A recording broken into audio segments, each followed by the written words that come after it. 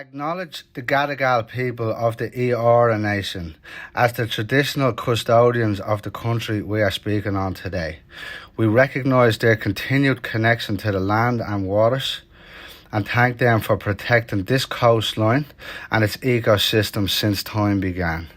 We pay our respects to elders past, present and emerging and extend that respect to all First Nations people who may listen today. All good, man. What is early in the morning? You early in the morning for you? I know. Were you up? What time did you go back? I wake up at 4:30, pretty much. Wow. Every morning. That's just the body now, is it? The body clock. Yeah, I like going to the gym because there's a 24-hour gym next to the house. I like going to the gym early. before all the meatheads get in and the alpha males, because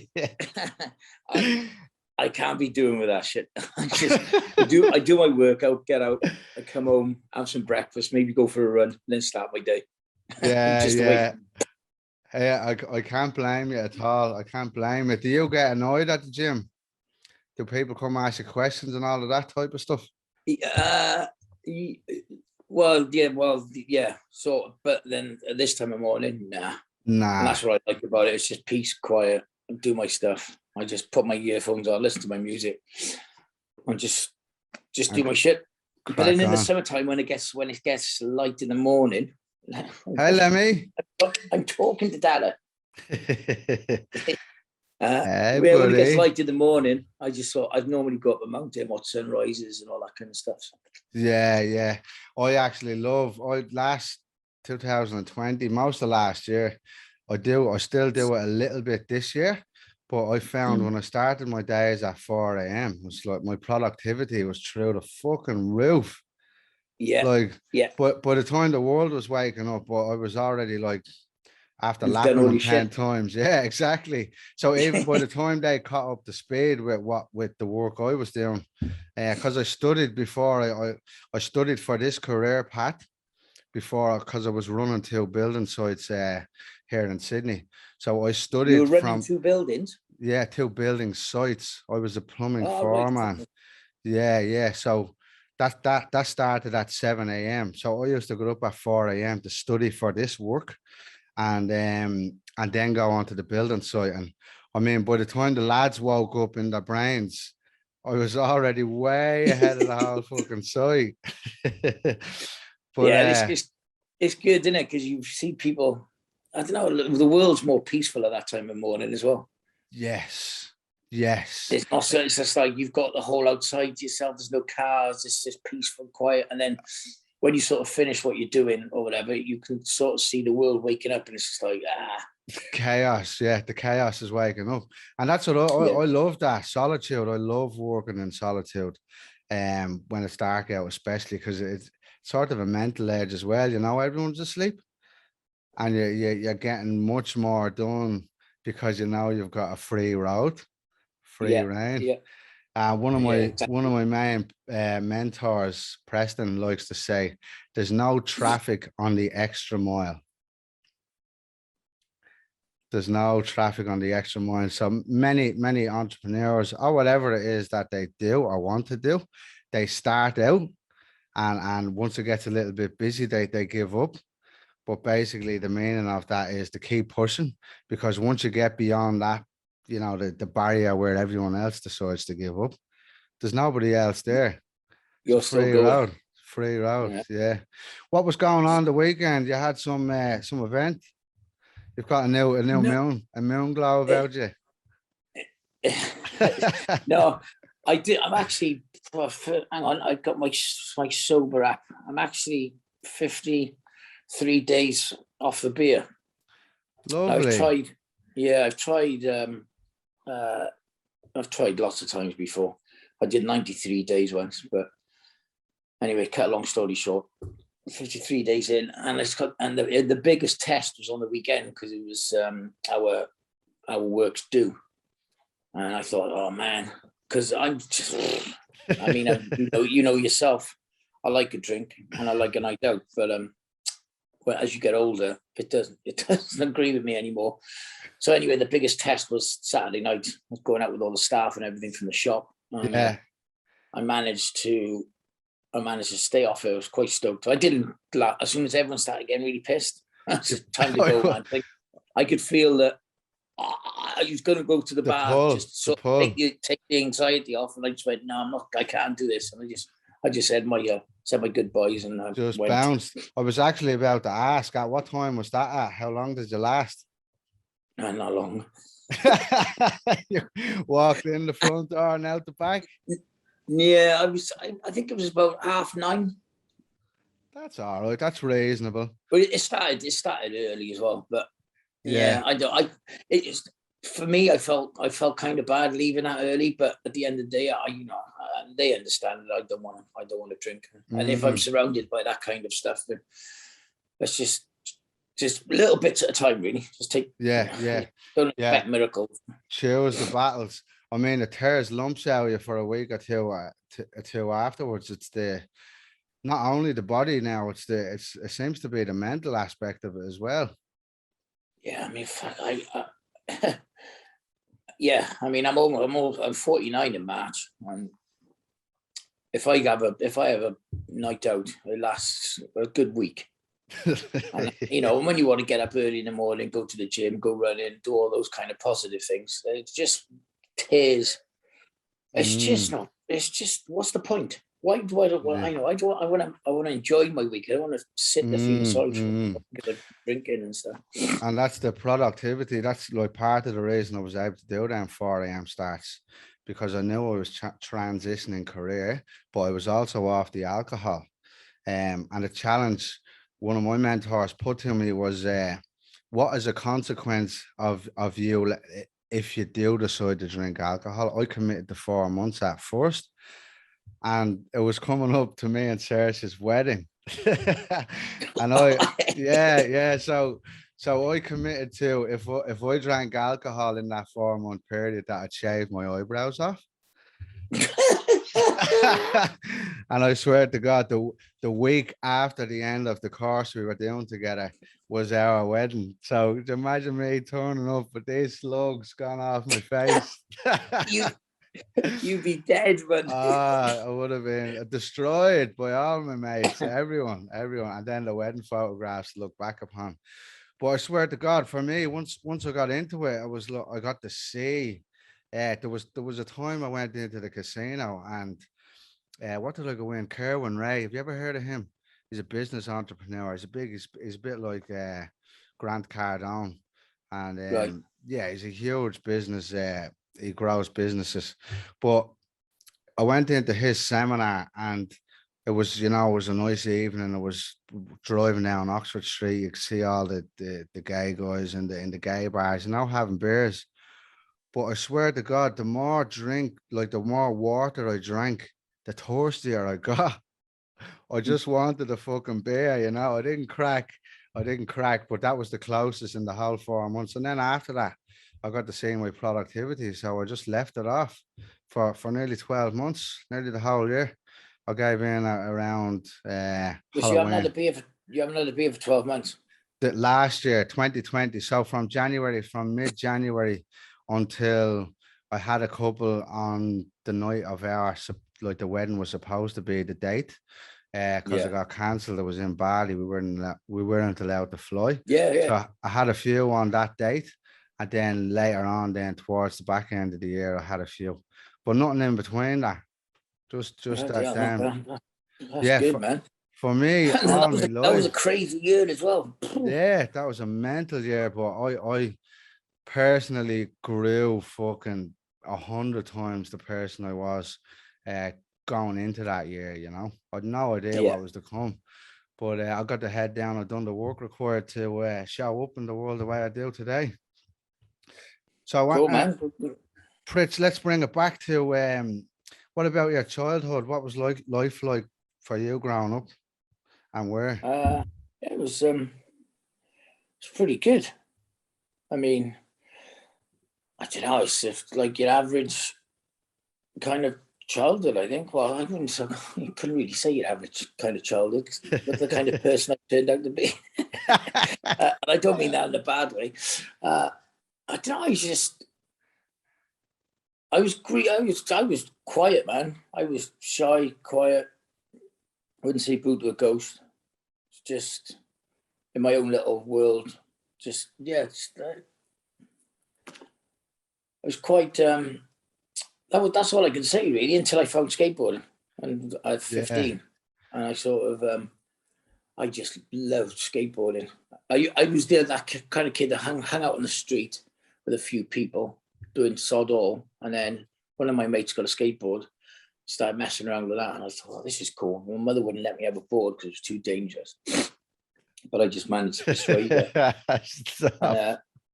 Yeah, and I was just like, and as soon as I got a skate, well, I had a paper round and I had a milk round.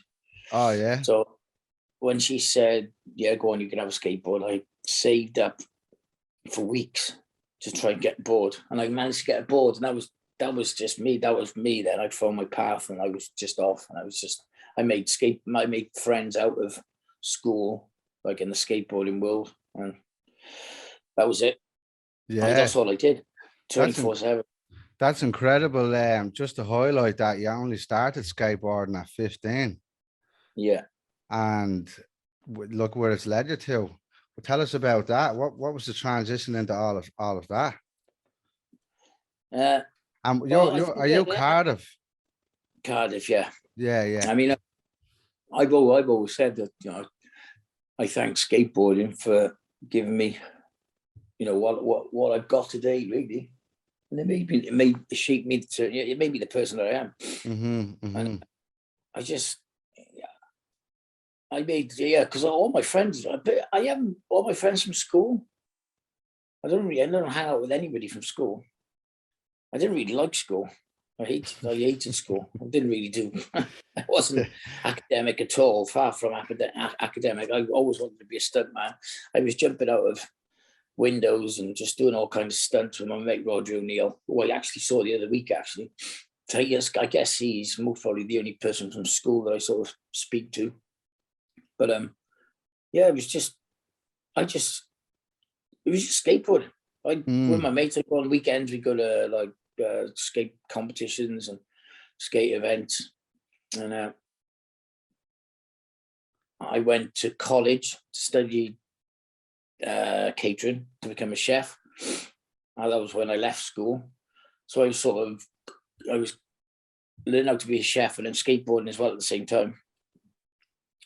And that's and then I left college. I just had the most fucking shittest experience in a Persian restaurant in Cardiff. I don't even want to go there. And I said that was my first work experience after leaving college. I went, man, this is fucking horrendous.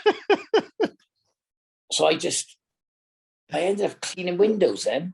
My dad was going to go to the restaurant to fill in the boss of this restaurant for the way he treated me. Fuck.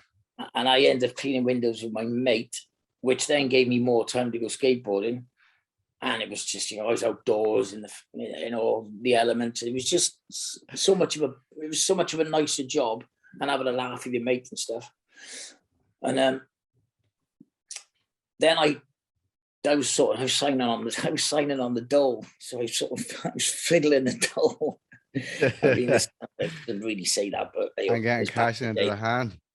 Yeah, and in the end, my parents saw. So I was living under my parents' roof, and they said, "Oh, look, you need to get a proper job. You can't be fiddling the dole." And I ended up working with my mate then, Mathew Pritchard, who got me a job in a factory cutting heating elements for industry. Man, I tell you what, yeah, that job was just, I'd sit there in front of a chopping thing and chop these metal tubes. Chopping brain cells away.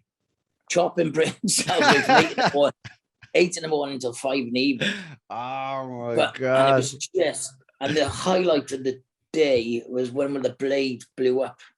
And the whole factory would look at me, and I was just like, but the good thing about that factory was working with those people was ace. I had a good laugh with them. I did that for 3 years then, and then I turned professional skateboarder, and just The rest is history. yeah. Just to circle all the way back to your dad wanting to fill in the owner of the Persian restaurant. So for anybody that doesn't know what fill in means, his dad wanted to bash the owner of the Persian restaurant. What, he must have been a right dickhead, was he? Yeah, I don't really want to go there. But yeah, no, that's all good. He's a bully. Yeah. Who likes bullies? There's no need to be a bully.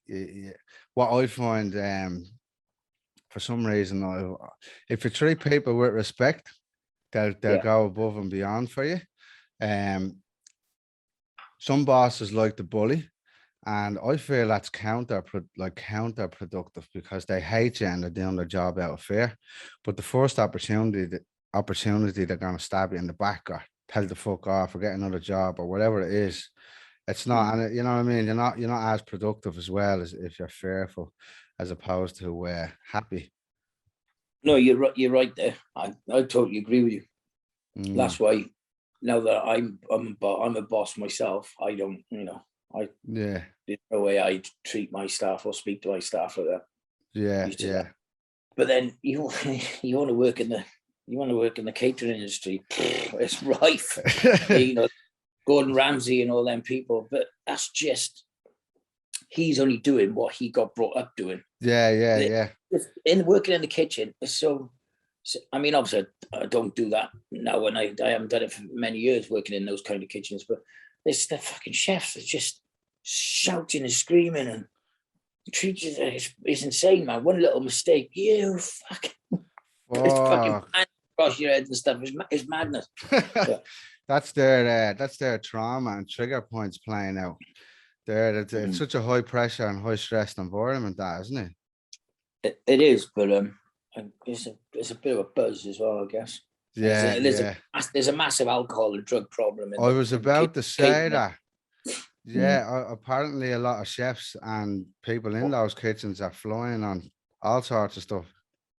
Yeah, it's very high stressed, but then it's a great buzz as well at the same time. I mean, I've done, like I said, I haven't done that kind of stuff for ages, but I've been there with, like when I did an event the other month actually, a vegan high tea, and just being in that kitchen with the chefs. It was ace, service time comes and everything needs to be on point. And it was just yeah. And I was like, I remember this, and I was like, the buzz was brilliant. Obviously, we weren't going but it was, Yeah, I was shocked when I heard that, man. I was really shocked. It's a little fancy restaurant in Dublin. I won't say the name, actually. I nearly did. I would give up the person I know in there. But yeah, I was shocked to discover that it's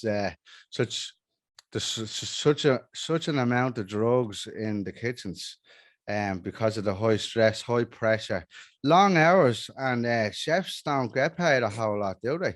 Or kitchen hands or anything like that. You need to be and right. The restaurants are getting a fortune. You need to be right at the top to be getting paid a decent sum. But then I guess cooking is one of those things that, if you really enjoy what you're doing, that's people just love it through the whole passion of just cooking and making good dishes. But it is crazy. Long hours, because when I worked in that Persian restaurant, you do lunch service. You're in at like 10:30 in the morning to get ready for lunch, and then you clean up. You're out to about 3, and then you're back in then at 5, ready for dinner, and then you leave and you get home at 1 o'clock in the morning or something after you clean down, and then you repeat. Just flying, yeah. All right, so let's go into your skateboarding career and the crossover into Dirty Sanchez. How did that all come about? Or did you win anything in your skateboarding career? What goes on in that world? I got that's how I first became sponsored. I went to, like I said, we used to go to skate comps and stuff with all our mates. We went to one in Northampton called Radlands, and it was the skate park to go at the time. I mean, there wasn't very. I think it was the only indoor skate park at the time, but nothing like what it is today. And they were really popular skate comps. And I remember I used to get really nervous entering comps. But this time I just did. I can picture it now as I tell you. I couldn't believe it. I just didn't fall off. And I was just like, wow, man, what's going on? But I thought, I'm going to lap it up. I'm not moaning. And then the results came and I won. And I was like, wow, man, stoked. And I remember guy, Alan Rushbrook, one of the skateboarders, he came up to me and he said, oh, see that guy up there, Alvin Singfield, he was, still speak to him now. He worked for a distribution company called Phase 7 at the time, and they distributed loads of brands from America and stuff. He said, oh, he wants to sponsor you. I was like, what? It was quite surreal for me at the time. I was like, oh, ace, man. And then I had another offer as well off a guy called, there's a guy called Carl Shipman, and he skated for a company called Deathbox. And the guy who owned that was called Jeremy Fox. He lives in America now, Jeremy Fox, and he owns one of the world's biggest skateboard companies, Flip. But at the time, it was a British company called Death Skateboards. So there was Alvin and there was Jeremy Fox. So I thought, from just being the skateboard, and then I had this decision to make which person I was going to go with. Keep all three. But it was two. There was Alvin and Jeremy. So it was Deathbox or a distribution company. And I remember that night coming home going, oh man, but I didn't want to let that one person down either. I just felt really bad. Anyway, what age were you? 19, 20. And I started from Jeremy up, I think, and I turned him down, and I went with Alvin then. And they sponsored me with a company called Consolidated Skateboards. And I Etnies shoes, 8-ball clothing. And then next thing, a few days later, I had this huge package full of skateboards, wheels, trucks, shoes, clothes, and I was to get that every month. And at that age, I was like, wow.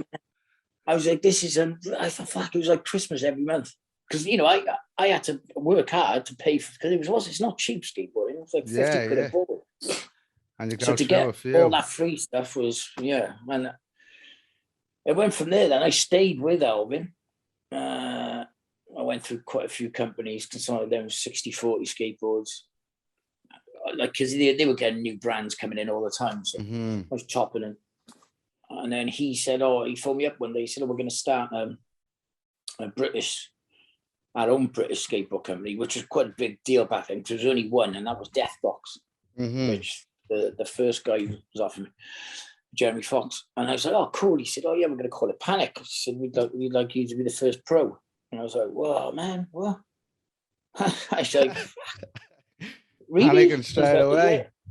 Yeah. So, and then I was like, cool. And then I turned pro. My first pro board came out, and that's when I gave up work in the factory, and I just spent the weekends. And obviously there was other people on the team. So as a team, we all used to go to Fairfield Halls in Croydon, London, hang out with Shire, one of the other guys on the team who's now in America. And we go filming, do photos. We go to Milton Keynes. So every weekend we sort of go skateboarding as a team, and in different places in London and Milton Keynes. It was a great time. That's huge. What may I ask you to elaborate what it was like as a young kid,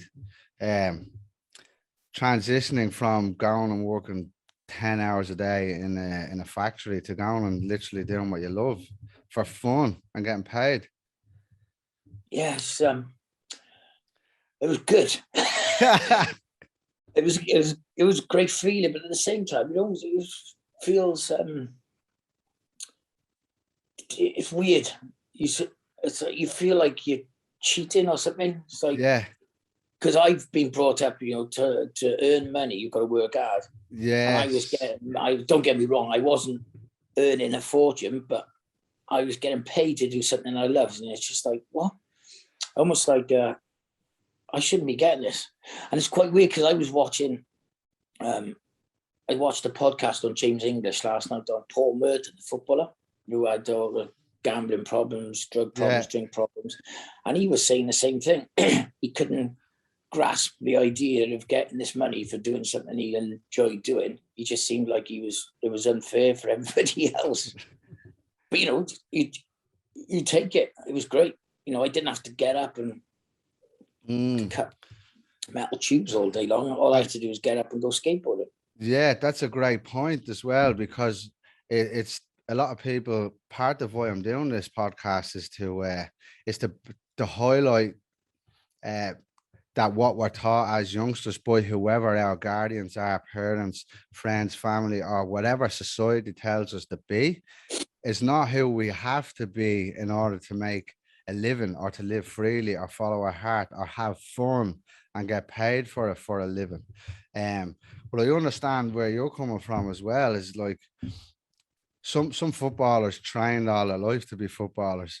You picked up skateboarding at 15 and here you are, sponsored a pro a few years later. But I guess I trained all my life as well. Do you know what I mean? Because although I didn't have somebody telling me what to do, I was self-trained, self-taught. I just did it because I really loved doing it. So it wasn't it was never a chore. And that's yes. It was that the word is imposter syndrome.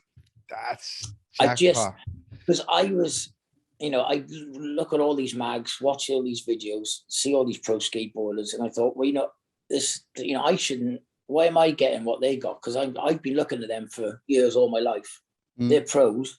I didn't feel like I was a pro. Does that make any sense? Yeah, 100%. And then one minute I'm looking at these people, and then next minute I'm sort of I'm in the mags and in the videos doing exactly what they're doing. I'm just like, I just felt like I shouldn't have had that gift. It's weird. Yeah, no, 100%. I hear you, because it's huge. It's huge. Imposter syndrome, people pleasing, you know, the fear of judgment from others, of not doing what they want you to do, is why the number one, like I'm jumping around here, but the number one regret of the dying is not having the courage to do what fulfills them and living somebody else's life. So that's literally our parents work hard. Money doesn't grow on trees. You know, all of those limiting stories that they download into you, although they do it with love, they wanted to get a secure job. But look at today. What the fuck is secure today? Do you know what I mean? All of these, you know, you get a government job, you have a job for life, you know, all of this nonsense. But you've got to work in that for 40 years. And when you retire, now that they keep moving the carrot ahead of the donkey, they're moving it up to 70 at this stage, aren't they? That's when you're allowed to live your life. You know what I mean? So, yeah, fair play to you on taking that jump. But yeah, it's like you were saying about that. You've just got to take a gamble, I guess, in life. I mean, I didn't really take a gamble. I just did what I loved, I guess. And I just managed, things just came off the back of what I did. I mean, Dirty Sanchez came off the back of skateboarding.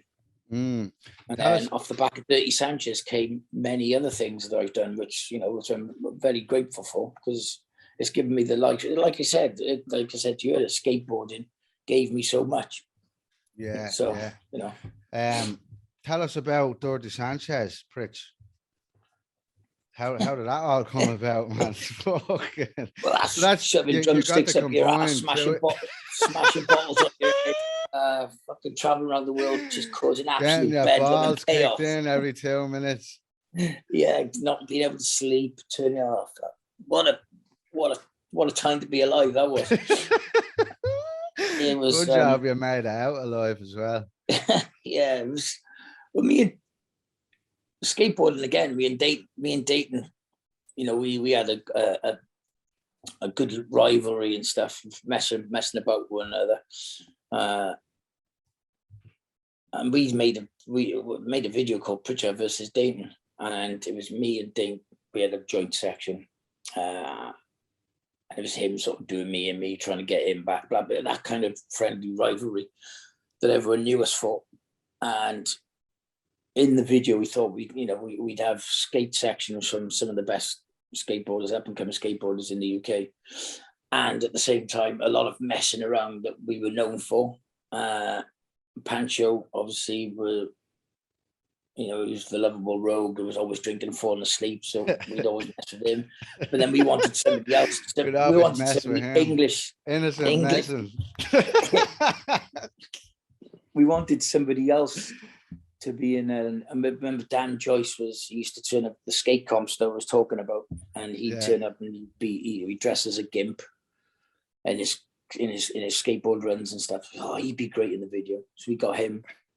And we brought the video out. It was the most talked about skate video at the time. And I was working for Globe. I was working for a distribution company called Globe. I love Globe's kits. But well, you're in Australia now. Pairs of runners, I have a few pair. Well, 2, and I can't get them again. They're gone to shit. Yeah, because I worked for the distribution company was called Double Overhead in Porthcawl in South Wales, and they were distributing Globe shoes from Australia, obviously. So I was the team manager, the skateboard team manager for Globe, and Daint worked, and then I got Daint into work as a rep selling Globe shoes to the stores and stuff. This is proper old school stuff that people just get off the internet. But so we did the Pritchard versus Dayton. Me and Dayton worked together. Pritchard versus Dayton come out and talk about skate video, blah, blah, blah, blah. We sold really well. And off the back of it, Jackass then came out in America. And Bam Margera sort of did his own video called Can't Kill Yourself, which was a skateboard kind of video similar to what we were doing. So it was a weird time. I think it was just a skateboarding thing. Everything sort of aligned. And I think because Jackass become very popular in America, then MTV UK wanted to do something similar. So there was a talent scout called Mathew Pritchard. She phoned me in Globe when I was working in a distribution company. And she said, "Oh, can you come into MTV? We'd like to have a meeting." I was like, "What?" I thought Dane was winding me up. He got some woman to pull me up and say, and I was like, "I be outside with a bag of eggs or something." Yeah. And I was like, "You talking this? Like, I'm getting wound up here." Anyway, I wasn't. And then I phoned Dink and I told him, and he thought I was winding him up. It was hilarious. Anyway, me and Dink went for a meeting to MTV, and we gave them the video. Pritchard was stating. And then literally we got home. The next day they phoned up and said, "Right, can you come in again, please? This time with Pancho and Joycey." So the 4 of us went in, and that's fucking MTV, right? Look, wanted to do this show. And then we started filming Dirty Sanchez. Then the first series took about 10 months. And it was the fucking craziest 10 months ever, man. It was, it was just like, you're getting paid well, and you were just having a laugh with your mates. And again, imposter syndrome. What have I done to deserve this? Yeah, I'm all these people are working their bollocks off, and I'm fucking cracking bottles on my head. I'm getting pissed, and I'm getting paid for it. I was like, whoa, it's fucking, but such a great time, man. Yeah, that's mental. Were you flying all around the world with that? Yeah, we didn't expect the show to do that well, really. And then when it hit MTV, it just went boom. It was the biggest show MTV UK had. It went to 42 countries to 400 million people. Wow. So from something we didn't think was going to do well, and they said, "Oh, we're going to do another series," and then that was it. Then we were just flying here, there, and everywhere. Just gone. And then three series of Sanchez in a movie, and another 2 series that me and Dink did just separately. And yeah, it's just that was with them as well.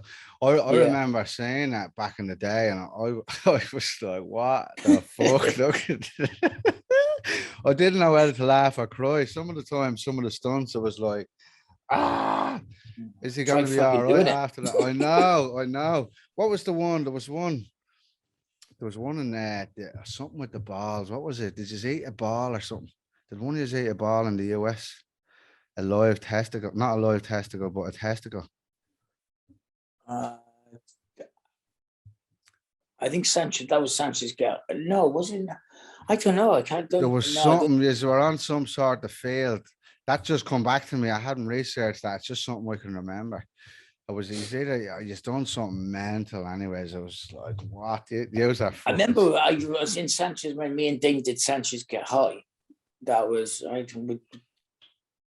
we did something with bull seed because they had taurine in it. That's what it was. Yeah. That's what Ding it had was. to do a shot of bull semen just to get like a natural high from the taurine. Oh, I was warm as well, man. Oh, fuck. And it was a nice bit as well, wasn't it? It was a nice amount. Yeah. And I remember it being quite it was weird. It was a weird color, man. I mean that was in Cambodia. I remember because he did that, and then we did snakes. Then we downed the snakes, a beaten snake's heart, and then because they put the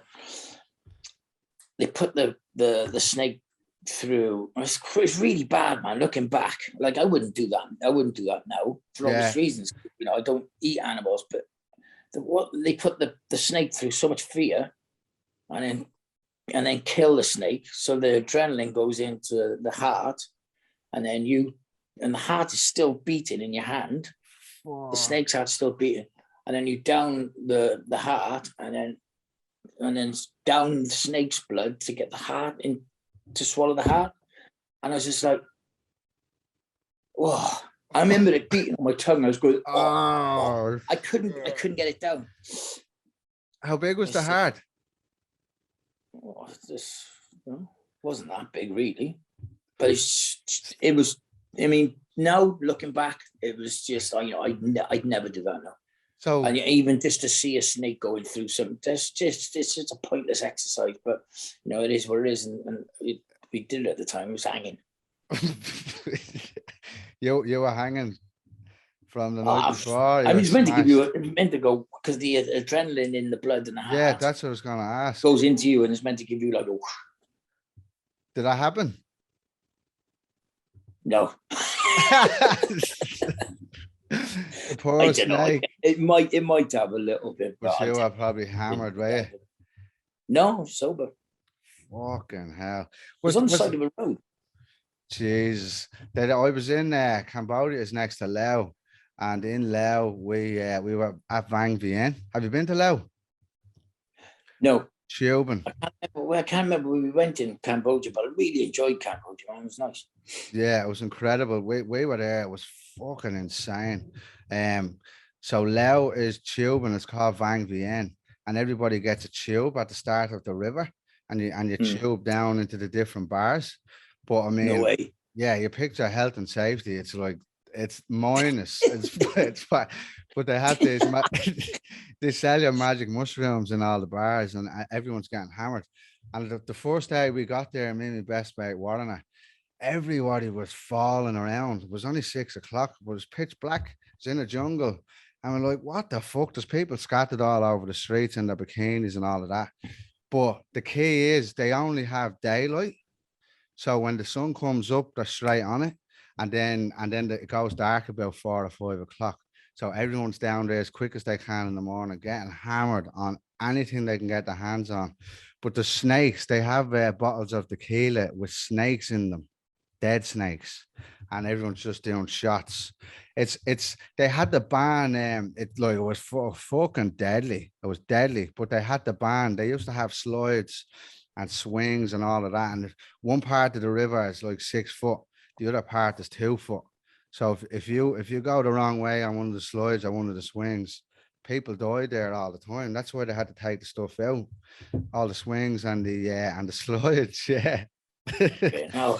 yeah. I mean, I could imagine our health and safety officer would have gone, "You ain't going fucking near that." And it's all put together with bamboo and string, just wraps toys out of the jungles. Yeah, it's incredible. There was a girl there. I mean, that's as dangerous as it sounds. I just love shit like that. Love. It's going back to like, there's no health and safety. It's like, if you fuck up, that's your fault. There's no suing. There's fucking. He's just like exactly. Yeah, it's your own doing. And that time I had I had 3 buckets of mushrooms, you know, like in Thailand, you know, the buckets.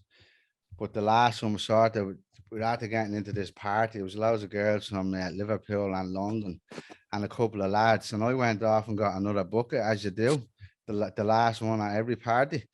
But by the time we were finished, by the time we were finished at that party, the fucking everything was crawling. The whole place was crawling to the wall. But it was like Fair and Loughton in Las Vegas. The girls are like, "Oh my god, fuck you!" Talking of mushrooms, I've just been for the last 2 months. I've been microdosing. Oh, lovely. Mushrooms, yeah. How's that going for you? I did a lot of research on it, and I managed to get. Obviously, I mean, they're classed as a class A over here. I know. I don't honestly. I don't understand it. They grow in the season. They just grow in the field up the road like crazy, and it's a class A. It's like, well, man, nature gave us this for a reason. So don't tell me class A. Like, obviously the government are going to say, obviously they want you, big pharma want you taking bloody antidepressants, their kind of stuff. So they make it worse. Stuff, class A. So anyway, and they call it alternative for you. Why to that one? Yeah, they call natural medicine alternative medicine. I mean, food, everything that's been put on this earth is for us for a reason. Exactly. So, you know, let food be thy medicine. So I've just been microdosing. I take one every other day, but I've run out now. But then I managed to get some off some guy the other week, and he's just giving me this handful, this big thing full of magic mushrooms, and he's just giving me these caps, like empty caps.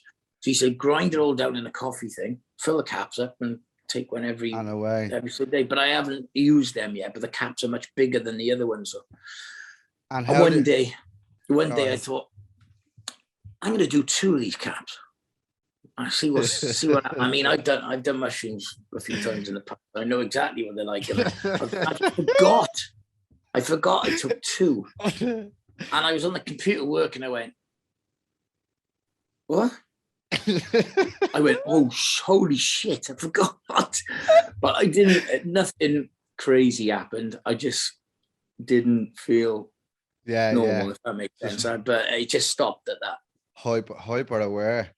Did you find your productivity got better or worse? Yeah. I mean, I've been, ever since I got back off the road, I've been far more productive than I ever have been before. Sort of, I think that road sort of knocked a bit of discipline into my into my life. So, and like I said, I when I come back off that road, I didn't.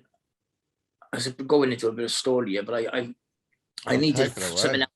I needed something else to focus on when I got off the road, because I knew that after doing these huge multi-day endurance things, that you come off them and you stop, and your head goes whoop. So you're up there, and then you go whoop, straight down there. And I knew that from experience. So I set myself another goal, like running round in circles to see how many miles you could do. It's called Backyard Ultra.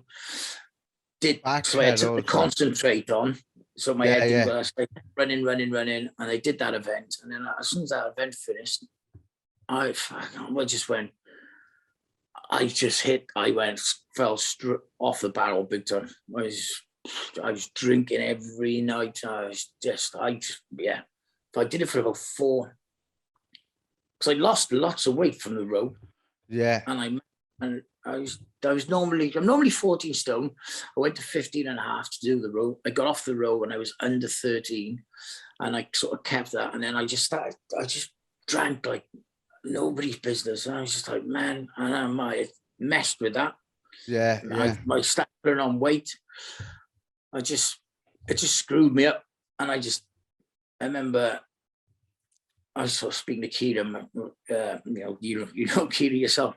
Yeah, and it's like, you need to sort it out, Pritch. And I was just like, I know. From her. Oh, I love it, Kira. But, she was right. I was being, we were arguing and stuff. It was just, to be honest, because I was drinking, so it was my fault.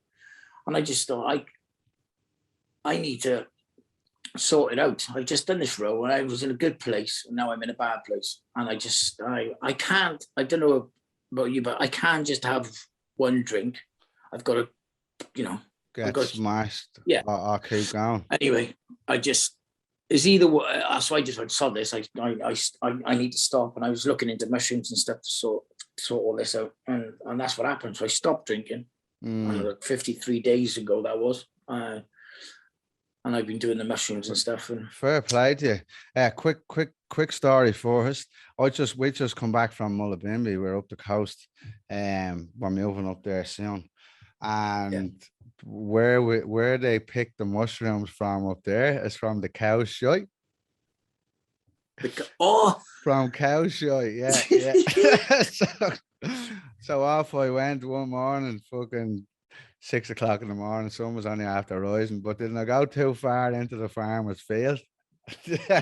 So off he came over on his motorbike, taking pictures of my van, the reg plate and everything, the bastard. Well, he's not a bastard, but I end up having a chat with him. But I went in too far. I wouldn't mind. The place was waterlogged and everything. I didn't find anything. It was the first time. I just said I'd go in and have a look and see, just out of curiosity. I wasn't going to take them or anything. Anyways. No, but yeah, I went in out of curiosity to have a go. Anyways, the farmer come over. I took pictures of the van. And I jumped out. We ended up having a conversation. He was sound, but it's obviously it's private property. It's their land. But yeah, over here, that's where most like all up the coast anyway. That's where most people get their mushrooms, out of the cow's shite. No way. Yeah. They're because in the Scandinavian countries, in Finland and stuff, if you drink the ranger's piss. The what? If you drink ranger's piss. What's that? That gets, reindeer, Rudolph. Oh, a reindeer. Oh, right. Yeah, reindeer. Is he not busy? Is he not working? If he should be getting busy now. Yeah. But no wonder fucking Sander ends up flying about if he's drunk fucking ranger's piss. Because if you drink it, it's meant to be a massive. You trip out big time. Wow. We were going to do it for Sanchez get high, but we didn't in the end. But yeah. Yeah, it is. All right. Well, about speaking into, first of all, when Pritchard was speaking about his row, are you on the clock here, Pritch? No. All right. When Pritch was speaking about his row, he rowed the Atlantic with a few guys. How many? 3 guys. 3 guys. But before we go back to that, in regards to the alcohol situation you were in, and you were at rock bottom and drinking every night, what would your words of advice be to anybody who's in that situation where they know they're in that situation, they know their mind is off, and what would be your advice to exit that situation and change their mind frame? For me, like I said, it's all or nothing. So if I'm going to stop drinking, you just stop. I mean, I wouldn't. It's not really a good bit of advice, really. But for me, it's just like a red brick wall.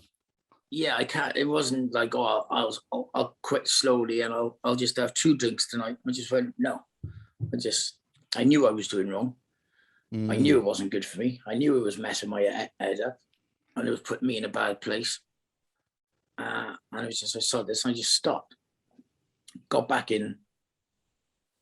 training again. That's the hardest part, is trying to get back in the gym or trying to get back running again. You've just screwed your body up with booze and stuff. And but don't expect miracles overnight. It takes a while.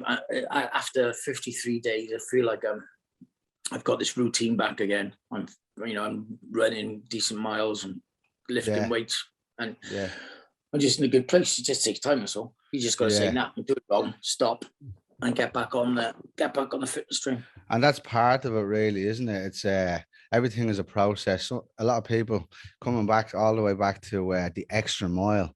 A lot of people give up at a certain barrier instead of breaking through, and it's beyond that barrier where it's fucking You grow. easy flow, yeah, the full growth. But yeah, stick with it, whatever it is, People- whatever that is for you. People want a quick fix these days.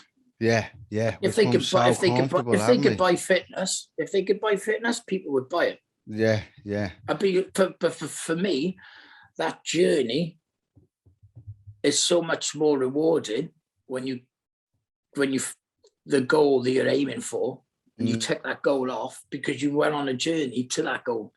You didn't just go, I've got it, I've paid for it, and I got bullshit. That's fair play to you for presence in that, because that's the key to everything, really. It's the journey. A lot of people like are after the house or the car or whatever the goal is for them, that they forget to enjoy the process, because the process is life after all.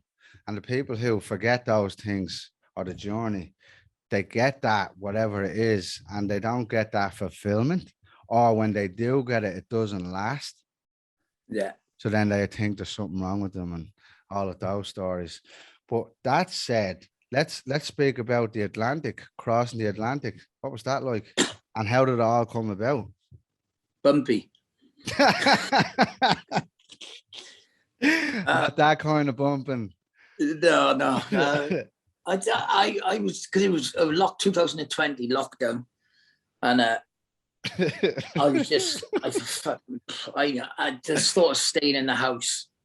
I'd go for bike rides and stuff around Cardiff, because the summer was amazing over here in lockdown. The weather was boiling. So I went down.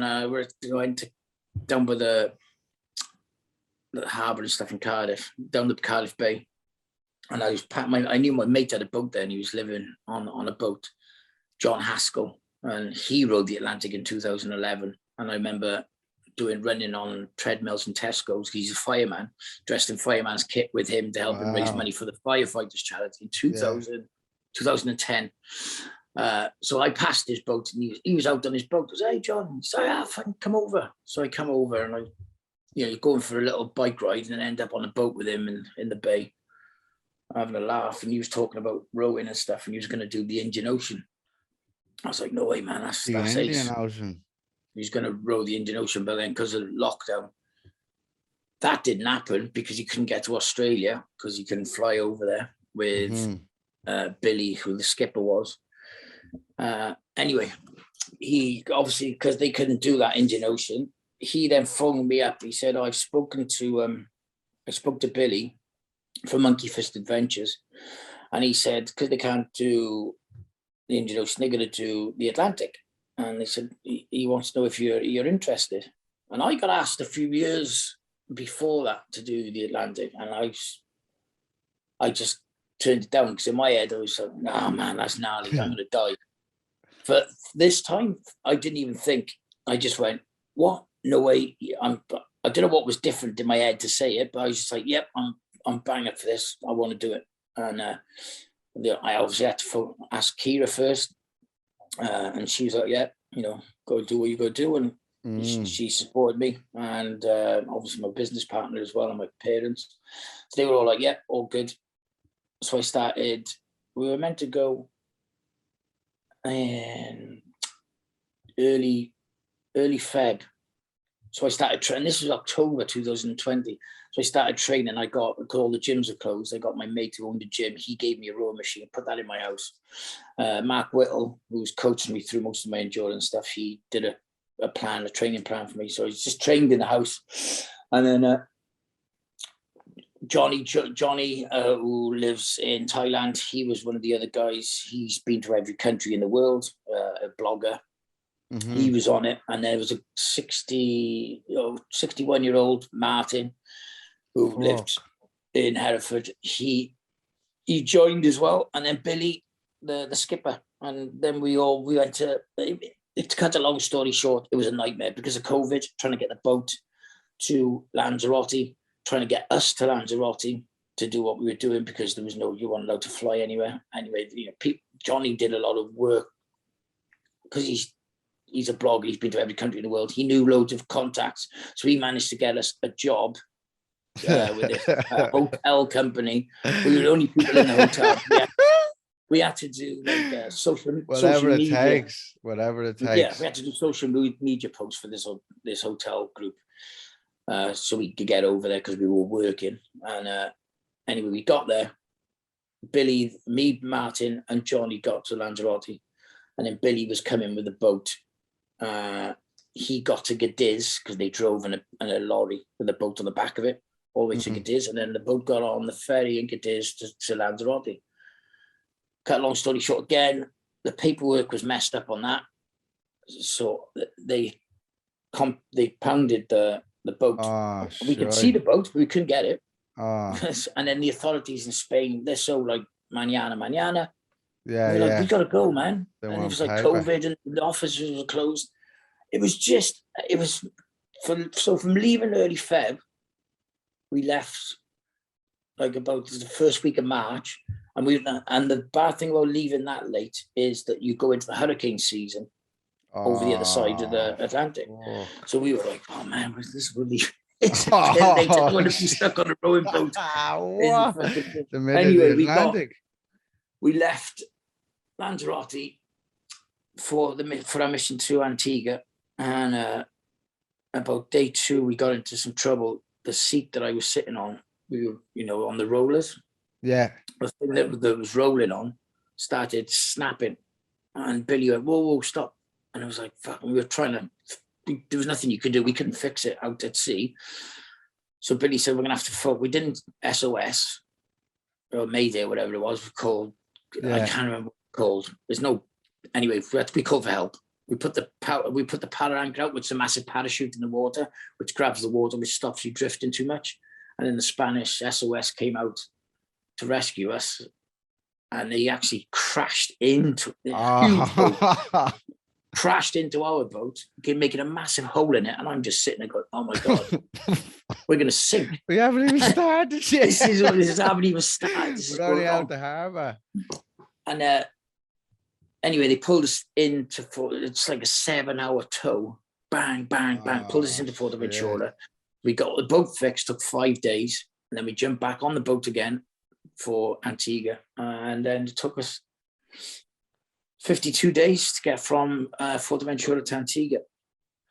Rowing 2 hours on, 2 hours off, 24/7. So 2 hours on, so there was 4 of you, and you alternated 2-2.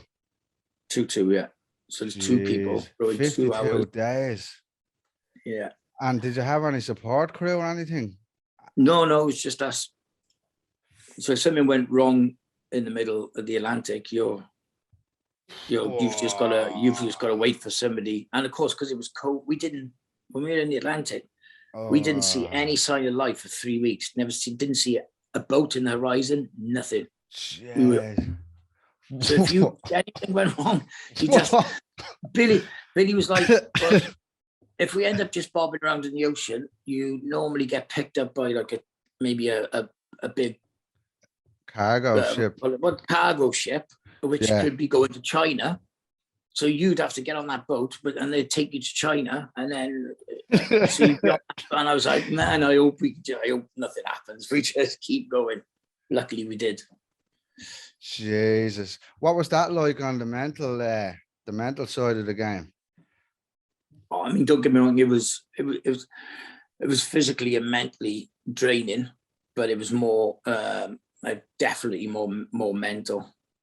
Yeah. Just the size of the challenge, and knowing that your life for the next God knows how long was just going to be rowing for 2 hours, and then eating, looking after your wounds and stuff for the next 2 hours, and getting as much sleep as you can, ready to go back out again. So it was just it was hard, man. Like really, it's the hard. I think it's most probably gonna be the hardest thing I'll ever do in life. But so you're doing it again next year. I mean, I would do another row, but because it's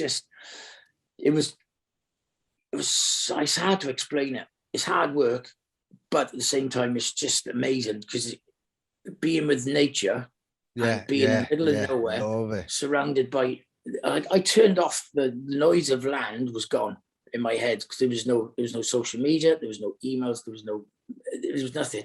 All I had to do was just get up, row, be surrounded by nature, sunrises, sunsets, the power of the wave, and it was just, man, it was like being at peace with. Weird. I can't explain it, but being at one with nature. Yeah, it was amazing. Really good.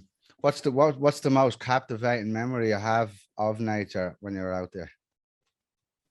The fucking the power of it. We had one because I wanted to witness. I was hoping we'd witness one bad day of weather just to get that scaredy shitting yourself kind of feeling. But then, I mean, it wasn't no hurricane. There was nothing like that. But Billy said, "Oh, the waves are going to get pretty big." Because we had a weatherman every day. He'd give us heads up on what the weather was going to be every day. And these waves, these big rolling swells started coming in. I was like, "Oh, look at this." I said, he was like, "Whoa, these again." I mean, when you get to the top of the wave, your boat, you pull with the oars and you go, you surf down the wave. Yeah. It was like, so whoa. Sit back and just go on the wave. And then the waves just got massive. And I was like, fuck it up, because Billy's done the Indian Ocean before, and that was hardcore. He said he said, yep, these are big waves. So I remember coming down the wave, and you bottom out, and you could feel your weight going into the seat, and you'd look up, and it was just a huge wall of water until you were right at the top again. You could see everything, and then down again, and then it got dark. You couldn't see. Oh, fuck.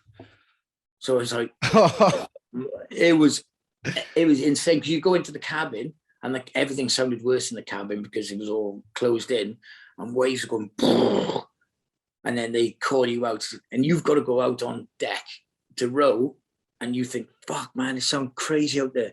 You've got no other choice. You've got to do it. Yeah. You go out, and then sometimes a wave would hit you from the side and you get knocked off your seat, and if you fall in the drink, you're gone, you're dead. You can't turn around. Can't see, yeah. But you're attached around your waist. You got like a big thing around your waist, and you're attached to the boat. So if the wave does knock you, it drags you. Yes, yeah, it drags you. So people pull you in there. There's a different gravy out there. I'm looking at the ocean here. But in the big surf, the lads called me into so when I was only learning, they were bringing me into places I should never have been. Like I jumped off the rocks down in air at one time, and with 6 foot waves, and I had to surf for 3 months. But and this bleeding monster came over the top and clocked me on the head. And once you're under that water, it's like, I forgot how violent it was under there. And I was under there, you don't know, but you're getting hammered in the, like we call it, the washing machine. But it's in there, it's in that. It's the most alive I ever feel. But also it's like you sort of know that there's like you're at the mercy of nature here. If anything goes wrong and you're under here, like there's nothing you can do. You just the strength of nature.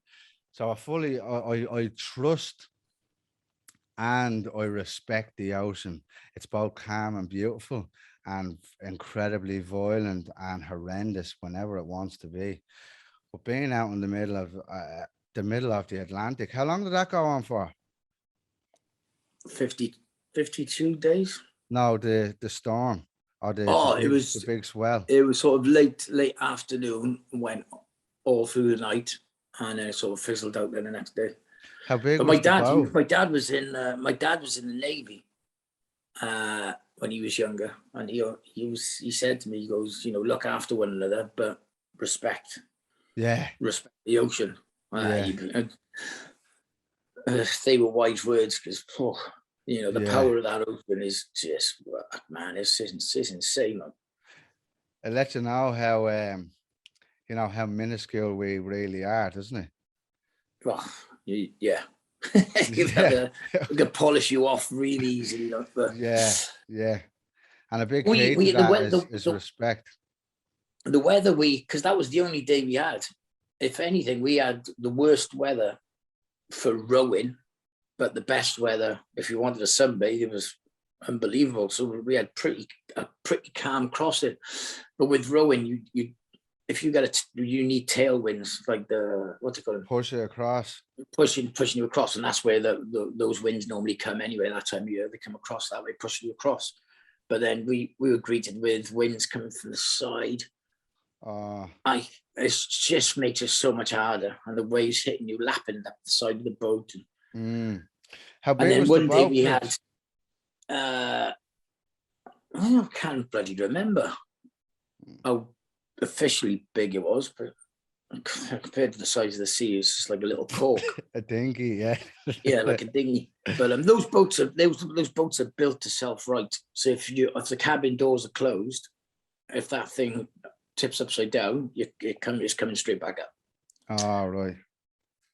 We had a day out there, which it's very rare apparently, middle of the Atlantic, and there was no wind. Me and Billy were rowing, and it's just, you could just see it slowly but surely just calming down, and the whole sea just went like glass. There was no ripples, Wow. there was no nothing, and it was quite eerie, and it was sort of like a mist, and like we're in the middle of nowhere, and it was so amazing. And we woke the two guys up. We said, "Boy, you got to witness this." And Martin sailed before, Yeah. so he came out and he was like, "Man, this is fucking extremely rare." And I didn't know, so we just sat there, four of us, no rowing. There was no noise, and we just sat there just in silence, just going, "Wow." Real Blessed. Yeah. Yeah, it was just so good. That's incredible. That's where moments like that drop into your heart, big time. The being, it feels. We have them all the time with not as magic as that, but something similar, being out there in the ocean, for sunrise. And what I love being in the ocean the most, when it's absolutely pelting down with rain. There's something mesmerizing about the storms. We go out in the storms all the time. No way. Why? It's just well, it's for me. I don't know what it is, because it's vibrating, because the ocean is vibrating. But when it's glass like that and it's lashing, it There was one time I was out there. I was over in Warriewood here in North Sydney, and the way the rain rebounds back up off the ocean, it's like a glass, but it's like a mirror looking at each other. And when you're in that and there's dolphins going past, it's just and it's misty, a bit like how he explained. You just feel it in your heart. It's just that connected with nature. It's just like well, especially if the dolphins are going past as well. Yeah, the dolphins. Yeah, yeah. The dolphins are that sometimes are a double-edged scare, because when you see them, I see them a lot. But one time recently, I was surfing and I come off the board at the end of the wave. But as I come up, like immediately after I opened my eyes, there was about 6 of them coming straight for me. But the first thing I seen was the fins. And they're only about 2 meters or 3 meters in front of me. So I'm like, I'm trying to figure out what it is at first. And this spot was the first time I surfed in this spot, and we were after going out on the boat. So you're away. There's no lifeguards. There's no nothing. It was just me and my mate. I was like, fuck, what is that? And it was all pitch black as well because you're out on the boat. Usually you can see the bottom in some of the places we go to. But yeah, the dolphins are great. But when you can't see them coming up on you, they do give a fright. They do give. Well, especially if you're in Australia, that's what will go through my head. It's not a dolphin. I seen a shark. I seen a shark last week. Up in where was it? Up in Brunswick Heads. 100%. Right before I got in, it was like 7 o'clock. I think it was 6:30 in the morning. Right before I got in, a shark comes straight up out of the water. It was hunting whatever it was hunting. Black, because I know the dolphins. I know how they move. They've got a different movement. One goes up and down, the other goes side to side. But this thing come up and curled up in the ball. So it was like, do I get in here or do I not? What the fuck? And I was at the mouth of a freshwater river as well. That's where the river meets the sea, and that's what they say. Where some certain sharks hang around.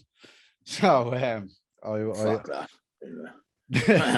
I just yeah, my morning. I'll go skateboarding instead, man. I was and there was only 3 of us out there as well, so it was like I was touch and go for the first hour. Anyways, I was just watching, keeping my toes on the board and that, But you just, there's a stage where you have to. Well, you don't have to do anything, but I just surrender to it and trust. I'm out here, on behalf of myself in nature. This is their house, I'm just here borrowing time and enjoying, some solitude in nature, and then also some fun in nature, and whatever will be, and that's it. You just gotta let go, but that's where you choose to play and have your fun, Yeah. But so for you, what was the transition out of, that Dirty Sanchez lifestyle, the skateboarder lifestyle, into veganism, where you're at now? What was the wave of change in your life? It was literally. I mean, it was Sanchez. Obviously, after Sanchez finished, it was just a bit of because me and Dick were still gigging. We were still doing gigs in nightclubs and stuff. So I didn't really. I mean, we did. It was like 15 years. The whole Sanchez thing with this was still with the gigs going on and stuff. So it lasted the whole that thing. Time in my life lasted about 15 years, and I stopped that because we were doing gigs. I was getting older. I'm going into nightclubs and doing what we were doing. The crowds were slowly fizzling away, obviously, because everyone was just moving on.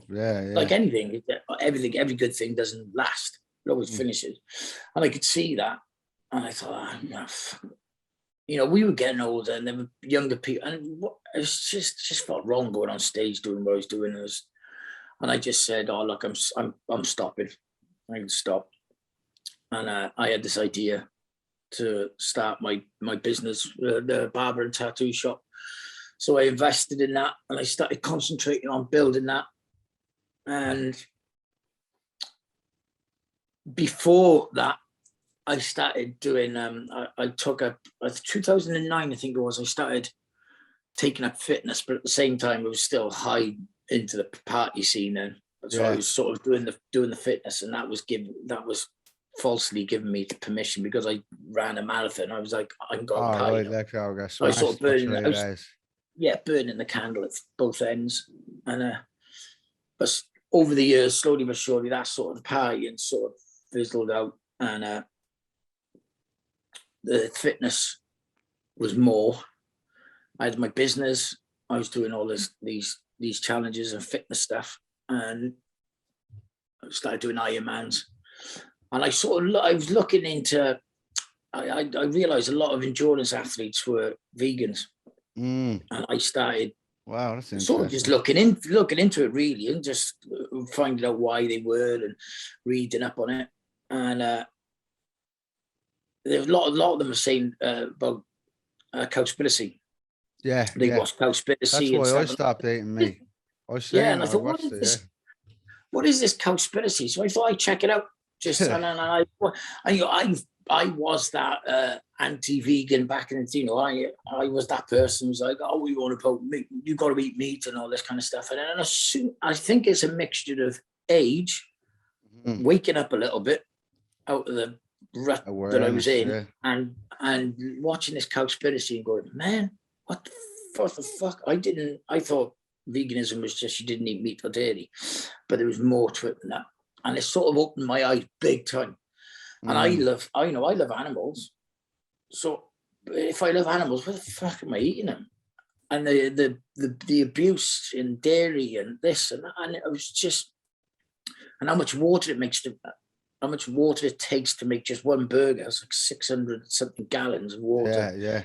And after watching that the next day, I just went vegan. It's just when I am again, from one extreme to the other. I went and I haven't turned back. And it was 2015. I was, and I remember when I said I was going vegan. You can imagine, can't you, your mates? You are? What the fuck? And then a lot of people say, doing what you do, endurance stuff, that's the last thing you want to be doing. You're going to be weak. So I started doubting myself sometimes. Yeah. I think, what am I doing? But I stick to it. And if anything, it was quite the opposite. Yeah, I'm glad you brought that up, because it's the same again. It's like when you're younger, not just your parents, but people in society tell you need to work hard. School teachers, especially, you need to work hard, get a secure job, and all of that is their limiting beliefs. And the same, it just shows how programmed people in society are, and they don't know it. All of your friends coming and telling you that you wouldn't be able to compete in, endurance racing and things like that, when they didn't know fuck all about veganism or how it works and how you operate. Because a lot of like the highest, like there's a couple of MMA fighters that are vegans, but there's a lot of high level athletes that are vegan too, and they're still able to compete at that level. Not only compete, they dominate some of them. No, there is this especially now. There's even more, especially after the documentaries like Game Changers and stuff like that, which is on Netflix. I think a lot of professional athletes, a lot of them have gone plant-based since watching that kind of stuff. Yeah. Looking into the science and everything behind veganism. Yeah. I mean, again, it's what's grown in nature is meant for us, really, isn't it? But what would you say your biggest highlights would have been in? How many Ironmans have you done? I've done 3 full Ironman. I've done about 30, 35, 36 half Ironman. I did 30 of them. I did 30 in 30 days. That was 2015. So I went vegan. Wow. I did that in the March of 2015. It was almost like I'll prove to you that veganism. I mean, I wanted to do it anyway. It was nothing. I didn't do it because of that. But on top of that, it was just like, well, this is only one way to find out if veganism is going to screw me up. It's going to screw me up doing these 30 half Ironman in 30 days. And I was a local vegan restaurant and they sponsored me for that whole month. So when I finished my day doing the 30 half, doing the half an Ironman, I'd go straight to their restaurant. They'd feed me amazing vegan food, and I'd go to agile therapy. They massage me out. I'd go home. I'd sleep, wake up at 4 o'clock the next day, do another half Iron, repeat for 30 days. So I did 30 of them in 30 days. That was amazing. Tell us, what does a half Ironman consist of? Half Iron is 1.5 mile swim, 57-mile bike ride, and a half marathon. What's a half marathon? 13.1 miles, 21 Ks. So that was when I did that, and then when I finished that, I did it 2 months later. I did a triple Ironman. That was 7.5 mile swim. 300 and that's all in one go. 336 mile bike ride, and then a 76 mile run.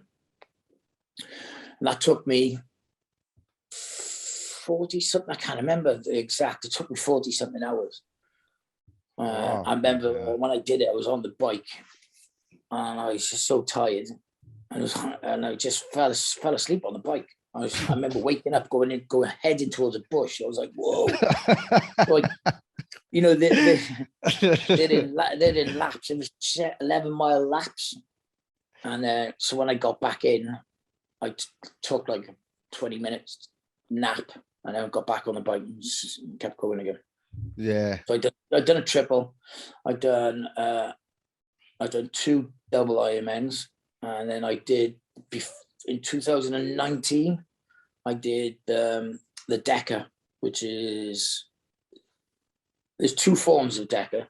There's 10 Ironmen, full Ironmen, back to back, one every day for 10 days, or there's the continuous. So you do all the swims in one, all the bike in one, all the run in one. So I did the continuous. So I swam 24 miles off the bat in the swimming pool, in a 25-meter swimming pool. Then got my bike stuff on and did 1,120 miles on the bike, and then ran 262 miles, and that took me just over 10 days. And that fucked me. That really fucked me. Face is on the floor here. Did you do all that all the way through? Yeah, I did the swim all in one, and then the bike. Basically, I was on the bike for 21 hours a day, and I'd sleep 3 hours, get up, and then do another. So I did 5 days of that on the bike, but it was in 7-mile loops. So it was like going in circles, 7-mile circles till I did it. I think day 2, my undercarriage was so raw, and by day 5, all the skin had come off under my undercarriage. I just had it was a mess. So you have to look after your stop infection and stuff. So you have to look after yourself, make sure you're clean, all the antiseptic, all that kind of stuff. So I did that, and then the run. Then I was just running as much as I could to get it finished, and I did it. Finished in the end. What was the motivation to do all of that? Do you know what? David Goggins is fucking swinging to mind. Have you read his book? I haven't read his book. I've seen his the podcast and stuff he's done. Yeah. he's a boy and a half. He's a boy and a half. Well, you're not far behind him or you're beside him, I'd say. What was your motivation for doing that, the double decker? It wasn't a double decker, it was just a decker. But double decker, just a decker. Two of them again. Jesus. The motivation was, I don't know, I just like pushing myself, and I got to that point, and I heard many years ago, my brother told me about the decker, and I was like, well, when I started doing the Ironman, I thought, surely that's not possible. So it was always, the seed was there. Yeah, and I love it. I'd done the 30 halves, the triple, and I thought, hang on a minute. And then Claire from Brutal Events, she put on, because the decker, there's not many of them happen across the world. So when one does happen, people come from all over to do it. Yeah. So Claire put one on in the UK, in York, and this is the one I did. I mean, I was the 105th person in the world to finish continuous decker. And I don't know, it was one of those things that, like I said, was just, the seed was there. It happened in the UK. I thought, yeah, I'm going to do it. And again, it was really, really hard, like the row, but I wasn't switched off from the outside world as much as the row, but I was in my own head, just doing loops. Yeah. Just to my left of my own thoughts. I just love it, man. I mean, I was in pain, but I was just going around in circles, just didn't give a fuck what was going on anywhere else. And I was surrounded by like-minded people who were all who were all on the same mission. I was just a fucking field. It was a field full of people with issues.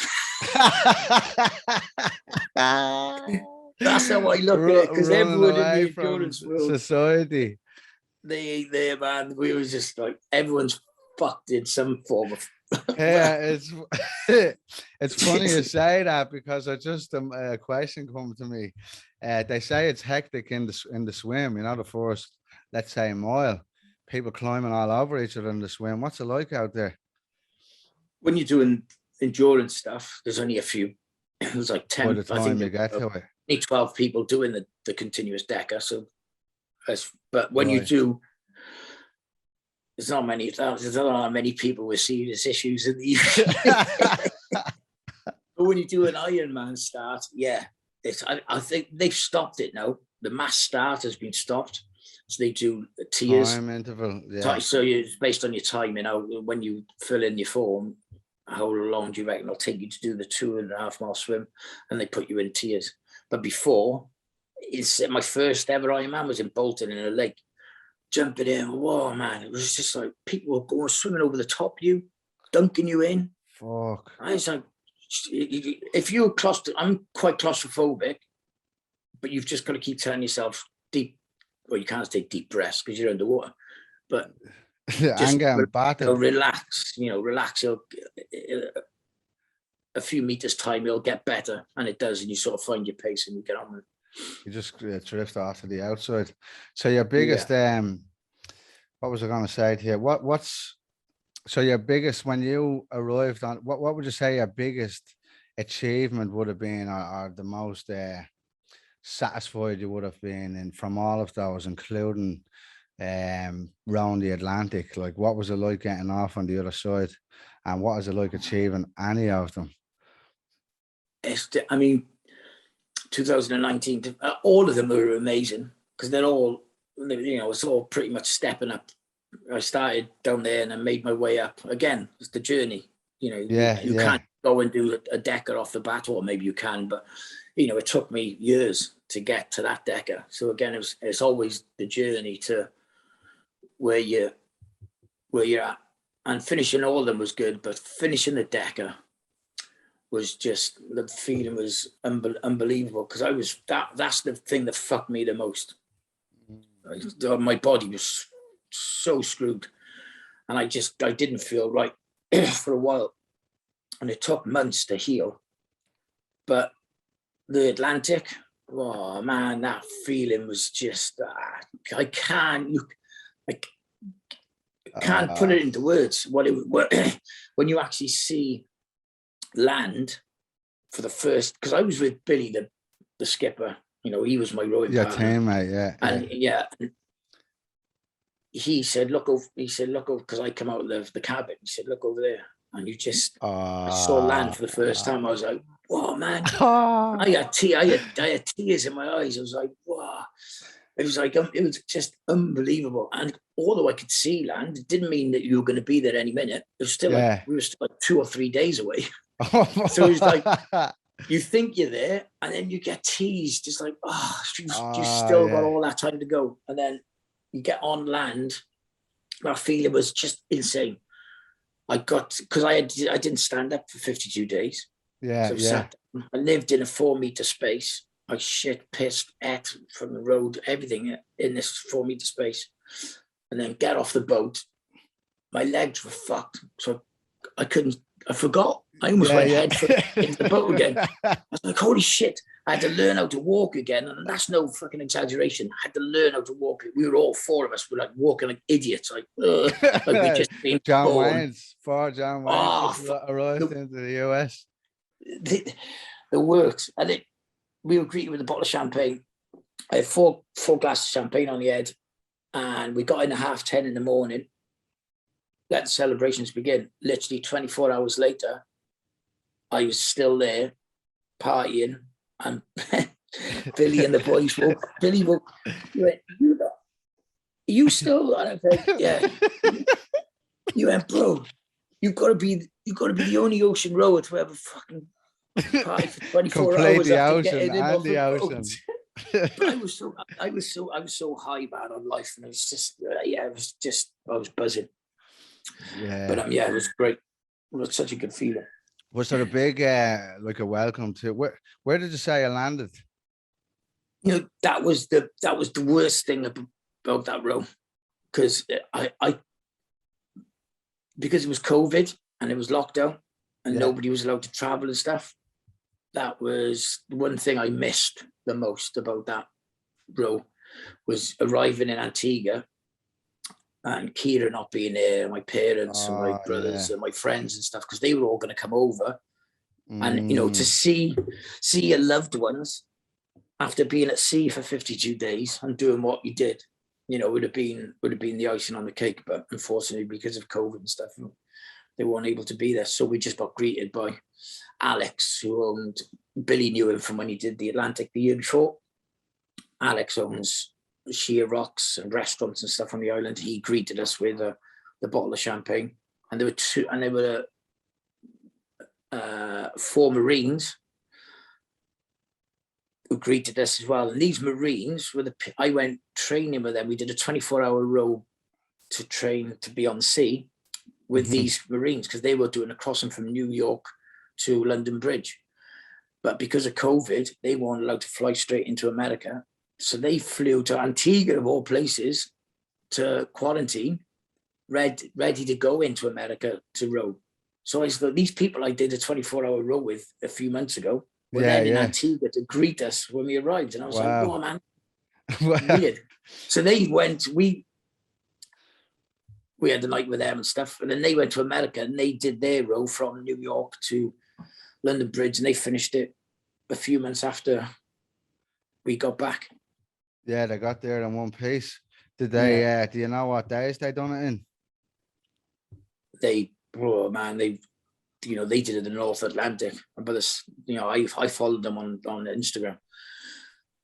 They had some beautiful weather, put it that way. They had cold. We were lucky because I spent half. I spent pretty much almost 52 days in a pair of shorts. They had to wear all that. And that's wild as well up there. It's they had some. That's wild. Weather. Yeah. Fucking and that was the other hard thing about the row was the heat was so intense, and it was you've got nowhere to hide. It was just some bang on you. But then as soon as you go into the cabin, that was just like an oven, and the water. There's no fridge on the boat, so everything's warm. Water's warm. Yes. Your food and stuff. How did you keep that, and what did you see? Again, that was another thing to prove to people the vegans aren't weak, because I did that whole thing on a plant-based diet, and my food was consisted of just dehydrated pot noodles, basically. It's just like dehydrated food in a foil pack, and then you put boiling water into it, seal it, let it sort of rehydrate for 15 minutes, and eat it. So that was what we were eating. And Billy said about making snack packs to freezer bags, double bagged freezer bags with seal. He said obviously they were putting things like chocolate bars and all that kind of stuff in it. I couldn't have chocolate bars, so I put dried fruit, nuts, dates. I had the odd biscuits that were vegan and stuff as a treat. And we made 50 of them, obviously expecting a 50-day crossing. So you could have a snack in the nighttime, just a little bit more energy, a few more calories to help the loss of calories you were having. Anyway, I did the 50 bags, wrapped them all up, double bagged them, put them in the boat a month before we went off. And because the boat was brand new, the epoxy was the stench of epoxy in the lockers was fucking really powerful because it was a brand new boat. So we got in the boat, Lanzarote. Anyway, when we started rowing, I thought, I'm gonna have a snack pack. I was intrigued. I opened it up. Like sniffing glue again. I was like, what this tastes? And I gave it to the boys. They were like, whoa, what the fuck is that? The epoxy seeped through the plastic bag into my food, and it was just like eating glue. And I was like, so I ate a whole packet of biscuits, and I burped epoxy. And I thought, this is it. And when Martin said I wouldn't eat them, you might get seriously ill. So I had to chuck 50 bags of calories and energy in my head back into the sea. So I all the other boys, their food was fine because it wasn't in the lockers for a month before leaving. So I just survived on dehydrated food, really. Jeez. So we had a water machine on board. It was seawater. That was. So what did that like filter? Did you have a water machine that filtered the seawater? Yeah, and you sort of turn it on and it makes this god awful noise, and then it just drips out of this thing. And it was tasted amazing. Did it? Fresh? Yeah, it was ace. I thought, what's this going to taste like? But it was actually better than the tap water that I get here in Wales. Yeah, I don't drink tap water. I haven't for a long time. No, I don't either. But... It's filtered. So what's next for Pritchard? What's next for you, bud? We're just house is getting done up. Fingers crossed, Keela's this move over. We got a plan, but we're just waiting to see what's happening with the world at the moment. Well, it will be interesting, but it's also interesting to see how it's all unfolding. Yeah. But yeah, it's a rabbit hole, isn't it, that conversation? But it's a lot of bollocks as well at the same time, that there's a few people in some part of the world that want to control what everybody else in the world does. And that I don't agree with. Everything else is free of choice. But people telling me and everyone else to do what they need, what they want them to do, is I don't agree with that at all. No, the same year, but hey, I mean, fingers crossed that, like you said, if it doesn't come to that, and our plans will still go ahead. I mean, next year I've planned to do something next, as far as massive challenges, and I don't want anything which takes me away from Kira for that long again, or the family. Not yet, anyway. But I've got something planned for next year, and it's just going to involve a pair of trainers. And I've got access to it as soon as I open my door. So that's my lovely. Does I don't know what it's called. There's 3 mountains there somewhere in, I don't think it's in Wales, but where you do 3 mountains in one day. You know that? Yeah, it's 2 of the mountains. There's one in Scotland, Ben Nevis. Then there's Scaffold Pike, I think, in northern England, and then there's Snowdon in North Wales. Snowdon, that's the other one, yeah. That's that now. Snowdon now. I just saw a picture of it yesterday. How it looks on the top of the summit. Insane. It's sheet ice like that, covering everything. So you'd need crampons and stuff to get. Wow, just to get up. Well, how high is it? I don't know the official height, but it's high. And you need crumpets to get up in. Yeah, I mean, there's a mountain. Just, I mean, I get up and I go up there with Lemmy. It's literally 40 minutes from my house, just in the Brecon Beacons, Penavan. I go up there all the time, and that's 886 meters. Right. I mean, up and down, it'll take an hour. Take an hour. Yeah. Tell us about sleep when you're dead. Your brand and your sleeps. It's a motto I came up with in the Sanchez days. Sleep when you're dead. I mean, everyone thinks it's just got to do with partying, but really, it's just, the motto is just living life to the fullest and sleeping when you're dead, basically. It's just get on with it. I mean, there's stuff like doing these challenges and just fucking do crazy shit. Let's fucking do it. You only got one life. I don't want to go into that. I don't want to go 6 foot under and look back and think, oh man, I should have done this. So, I mean, I was in the Sanchez days. I partied for days and days, and we were going filming, and I fucking went straight in the car filming I was off my fucking head.